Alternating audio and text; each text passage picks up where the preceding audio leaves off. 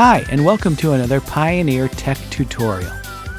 This one is for teachers and deals with methods for creating interactive assignments before posting documents in Microsoft Teams.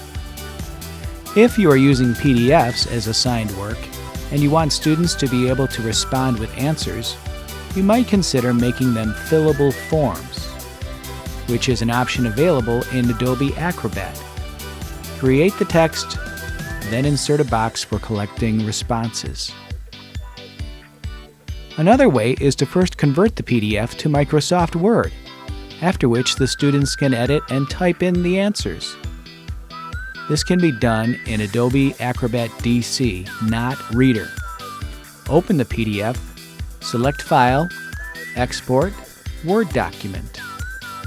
Please note, for this to work, the PDF must be text-based and not a document scanned by a copier and converted to a PDF. Thanks again for watching this Pioneer Tech tutorial.